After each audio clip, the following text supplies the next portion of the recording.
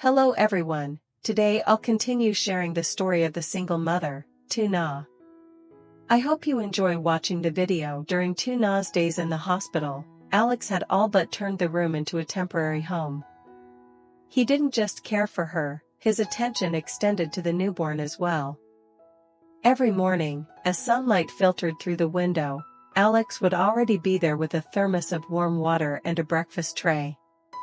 He patiently fed her spoonfuls of thin porridge, coaxing her to eat a little fruit for strength. When he saw beads of sweat on her forehead, he quietly replaced the warm towel with a fresh one, his gentleness making Tuna want to close her eyes and simply sink into his care. With the baby, Alex was equally meticulous.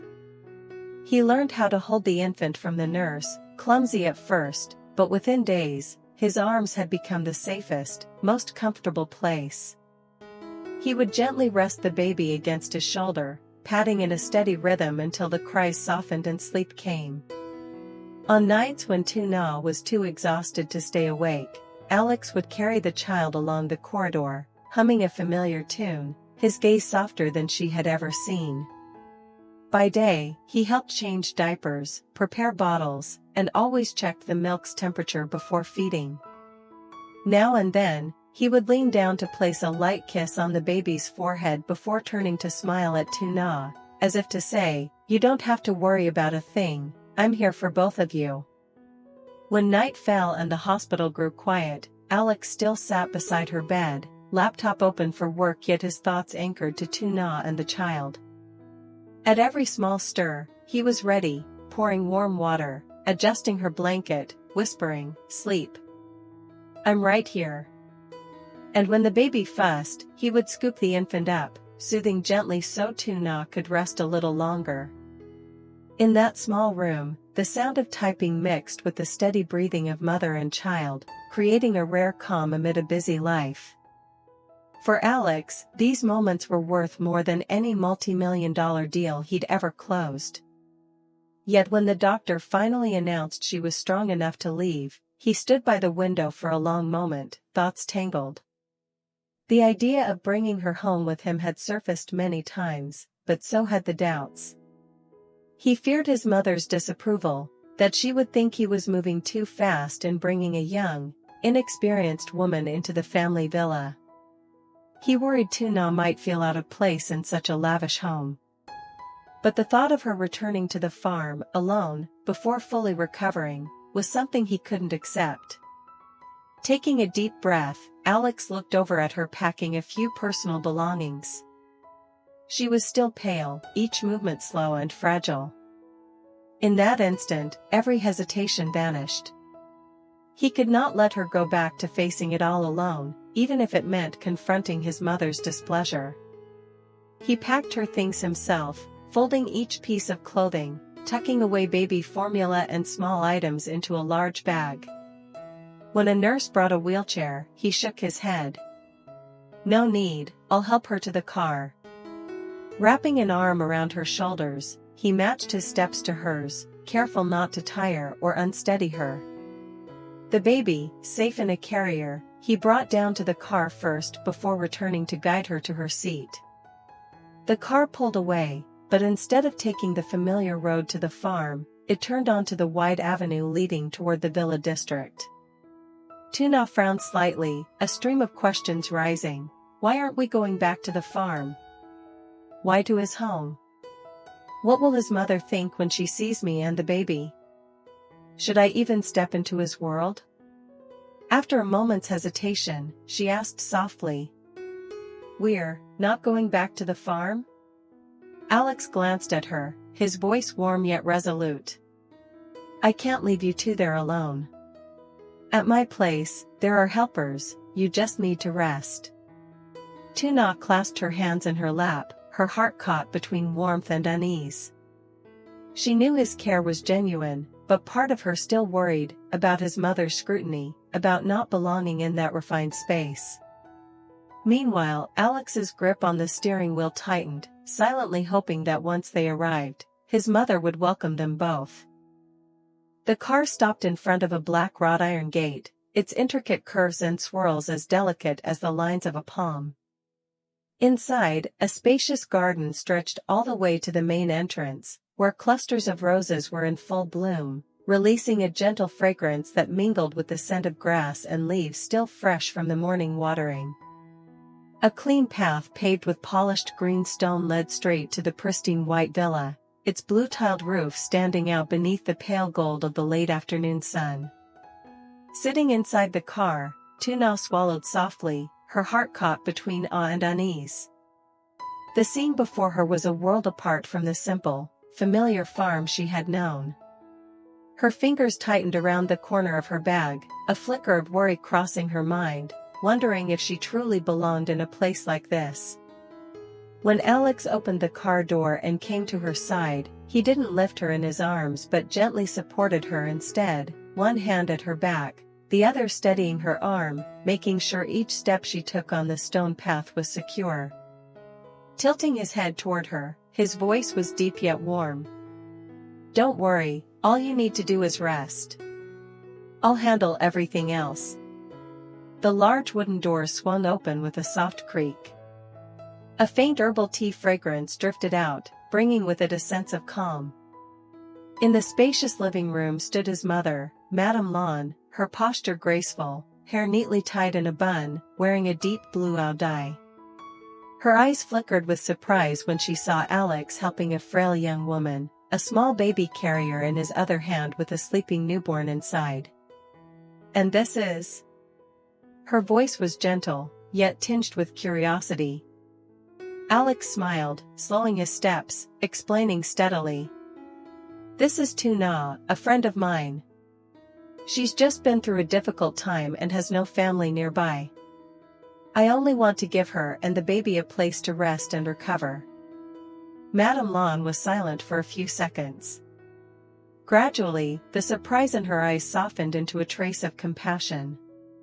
She stepped forward, resting her warm hand lightly on Tuna's shoulder, her tone gentler now. "If she's your friend, she's like family here. Stay, and let me and everyone take care of you." Then she turned to the house staff. "Prepare a guest room, lay fresh sheets, and open the windows for air. Make her a pot of ginger tea, and cook a bowl of chicken porridge, nice and soft." Looking down at the baby, Madame Lawn let out a quiet sigh. "Poor thing, let me hold the baby for you so you can rest for a while." Tuna stood still, feeling both surprised and deeply warmed. She hadn't expected someone meeting her for the first time to welcome her with such sincerity. Gratitude welled up inside her, easing the weight of her earlier fears. For the first time in many months, she felt certain that she and her child had found a place they could truly call home. A few days later, the atmosphere in the villa had grown more familiar to Tuna. Madame Lawn was always attentive, asking her what she wanted for each meal, while the house staff gently helped care for the baby so she could rest. Alex was still busy with work, but every evening he made time to sit with the mother and child. It seemed that the warmth of this place had begun to soothe some of the exhaustion from Tuna's past days. But that peace didn't last long. One afternoon, the sound of wheels crunching over gravel echoed from the gate. A silver car pulled up, and stepping out was a slender woman in a white blouse and black trousers, her gaze sharp, Alex's older sister. She had heard about Tuna living at the house and disapproved, believing that since Alex was still unmarried, such an arrangement would invite gossip. That evening, the villa glowed in the soft golden light of wall lamps. Tuna had just finished nursing the baby and was about to head to the kitchen for some warm water when she heard Min Chao's voice coming from Madame Lan's study. The door was ajar, and a strip of light spilled across the tiled floor. "Mother, I don't understand why Alex brought that girl here." Min Chao's voice was quiet but taut. "Even if she's a friend, staying here this long, think about what people will say." Madame Lawn replied slowly, her tone deeper than usual. "I know you're worried, but Tuna is truly in a difficult situation. She's raising a baby on her own and hasn't recovered her health yet. I couldn't bring myself to leave her out there.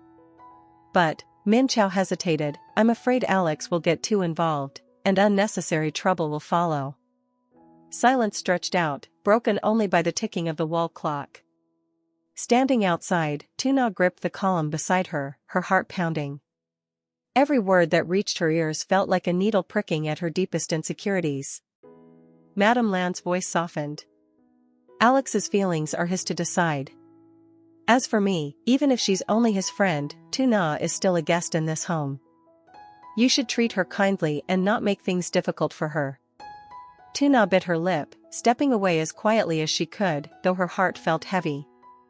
She was grateful for Madame Land's protection, yet the sense that she was a burden lingered in the back of her mind. After dinner that evening, Tuna sat quietly beside the cradle, her gaze fixed on the gentle rise and fall of her baby's breathing. She softly stroked the child's tiny hand, but her heart felt heavy with the words she had overheard between Alex's sister and mother. Alex, however, was completely unaware. Passing through the living room, he noticed she looked tired and stopped. "You don't look well today. Should I have the doctor come check on you?" Startled, Tuna shook her head and forced a faint smile. "No. I'm just a little tired." Alex didn't press further. In his eyes, Tuna was simply a friend in need of help, and her quietness was likely just from her body not yet fully recovered. He gave her shoulder a light pat. "Then get some rest early. Let me take care of everything else." She nodded but said nothing more. Alex walked away, unaware of the undercurrent stirring in her heart. For the past few weeks, every time he finished work at the company, Alex had been driving straight to the farm. The old house there was being quietly renovated, freshly painted walls, a new tiled roof, glass windows installed to let in the sunlight. He had ordered a new wooden cradle, chosen a warm cream yellow for the nursery walls, and picked out a few small toys he thought Tuna's baby would like. He imagined that once the house was finished, he would bring Tuna and her child there. The peaceful setting, close to nature, would help her rest and recover. More than that, it would shield her from the gossip and judgment of others. Standing in the freshly painted room, the scent of new wood mingling with the faint smell of paint, Alex smiled to himself. He didn't realize that while he was doing his best to create a safe haven for his friend, Tuna was quietly carrying an unease born from the very house they were now temporarily calling home. That morning, a thin veil of mist lay over the villa's front garden like a white gauze curtain, softening the shapes of the trees and the rose bushes that swayed gently in the early breeze. The pale sunlight had only just begun to peek over the horizon, still unable to pierce through the dense canopy of leaves. The whole house was steeped in stillness, broken only by the steady ticking of the old clock in the living room. Alex had left before dawn to check the renovation progress at the farm. The housekeeper and Madame Lawn were still asleep, and the quiet was so deep that every footstep on the wooden floor seemed to echo louder than usual. In her room, Tuna stood by the window, holding her baby close. The child slept soundly, breathing evenly, cheek pressed warmly against her mother's chest. But Tuna's eyes were shadowed with sadness. All through the night, her mind had been replaying the words Alex's sister had spoken to their mother, cutting into her like an unseen blade. "An outsider, staying this long, do you think that's appropriate?" Though she knew Madame Lawn had softened her tone to defend her, Tuna understood too well, her presence here was an invisible burden, something that could easily put Alex in a difficult position. She bent down to kiss her baby's forehead, whispering as though making a promise to herself. "We have to go.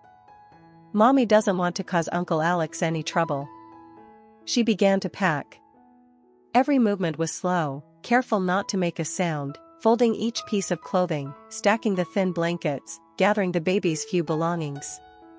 Everything fit into a single, worn bag.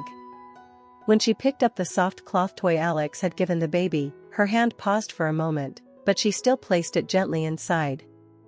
On the bedside table, she took a sheet of white paper and scribbled a few lines. Her handwriting trembled slightly, but the words were clear. "Alex, thank you for everything. You've done so much for me and my child. But I don't want to put you in a difficult position. I'll be fine, so please don't worry." She folded the note and set it neatly on the table, right where Alex would be sure to see it. For a moment, Tuna turned to take in the whole room. The white curtains swaying faintly in the morning breeze, the small cradle still carrying the faint scent of warm milk, all of it etched into her memory. This had been the safest place she'd known since giving birth, but it was not hers to keep. Stepping into the hallway, she eased the door shut, the faint creak of the hinges swallowed by the silence of dawn. She didn't go to the front entrance, but instead took the back corridor leading to the garden, where a seldom-used side gate stood. The stone path was damp with dew, and each step seemed to sink heavier into the ground. The small gate opened just wide enough for her and the baby to pass through. The chill of the morning air rushed in, making the child stir. Tuna quickly adjusted the blanket around the little one. She turned to look back one last time. The white villa stood still in the mist, as if unaware it had just lost two fragile figures. And then she walked on. Her slender figure, clutching the baby, gradually disappeared beyond the line of trees, merging into the white haze. Inside the house, everyone remained asleep, unaware that Tuna had gone, leaving behind an absence that Alex would only discover when it was far too late. That afternoon, a thin layer of clouds hung lazily in the sky, the golden sunlight spilling like honey over the grassy fields Alex drove past. He had just left the farm, where the workers were busy finishing the final touches on the new house, the one he intended to give to Tuna and her baby. On the way back, his mind kept wandering to the image he had envisioned: white curtains swaying gently in the breeze, a wooden cradle set beside the window, a few pots of small chrysanthemums on the sill, and tonight, he planned to invite her out to the garden for tea, to tell her about the secret gift that was almost complete, hoping to see a relaxed smile replace the pensive look she had worn these past days. His car rolled through the villa's iron gates. The air felt unusually still. Hanging his suit jacket on the hook near the door, Alex glanced around the living room but saw no sign of Tuna, nor heard the soft giggles of the baby as he usually did. He assumed they must be in the room upstairs, so he walked leisurely toward the staircase. He stopped in front of the door and knocked twice. No reply. A strange feeling stirred in his chest, urging him to call softly. "Tuna? Are you in there?" Still silence. He turned the doorknob. The door opened, and immediately, a cold emptiness hit his eyes. The room that had always been warm was now just four still walls. The cradle was empty. The wardrobe stood ajar, with only a few lonely hangers swaying faintly in the draft. Alex stepped quickly to the table, his gaze drawn to a folded piece of paper placed neatly beside the bedside lamp. He picked it up and unfolded it. The delicate, slightly trembling handwriting stretched across the white paper. "Alex, thank you for everything. You've helped me and my child so much. But I don't want to put you in a difficult position. I'll be fine, so please don't worry." By the last sentence, his fingers had instinctively tightened, creasing the edge of the page. A rush of emotion surged up: disappointment, worry, and a trace of anger that she had left without a word, without giving him a chance to say anything, without letting him stop her. He turned and hurried down the stairs, calling for the housekeeper. "Where is she?" The housekeeper hesitated. "I haven't seen her since early this morning. I thought she'd just stepped out for a while." Alex froze. He knew this wasn't just a walk.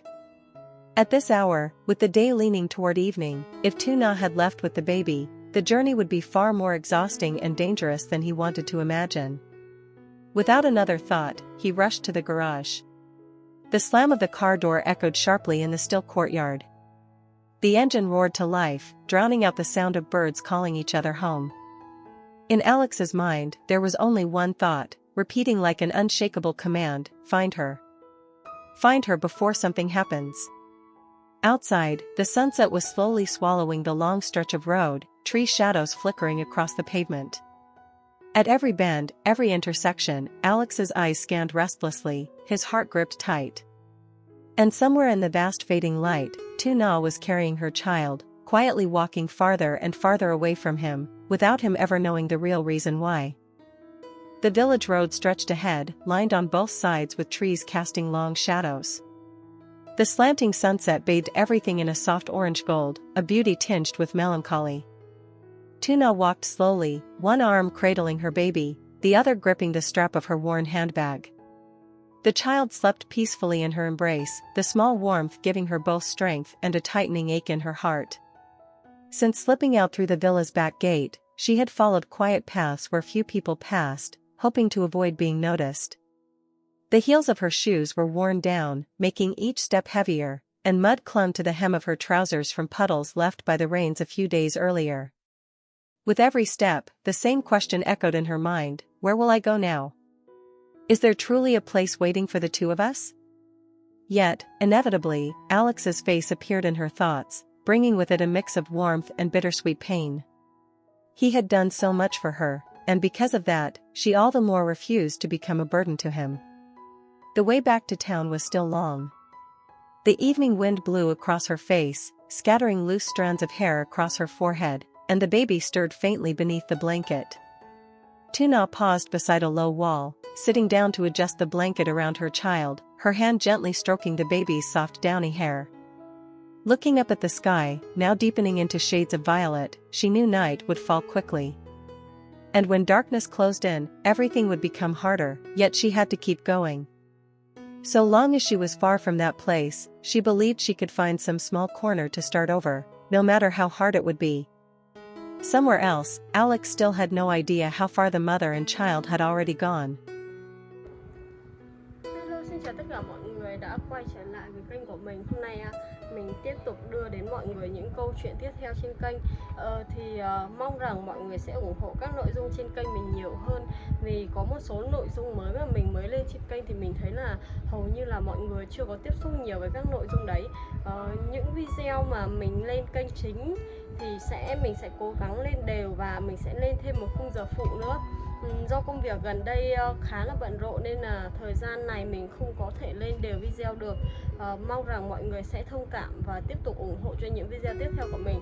Và mình mong rằng trong các video tiếp theo mọi người sẽ yêu quý hơn đối với những video của mình để tạo động lực cho mình có thể sản xuất video nhiều hơn bằng cách là like video hoặc là để lại bình luận dưới mỗi video. Và mọi người cũng thể góp ý cho các nhân vật cũng như là góp ý cho kênh mình để kênh mình ngày càng hoàn thiện hơn. Và cảm ơn mọi người đã theo dõi đến cuối video. Tạm biệt và hẹn gặp lại.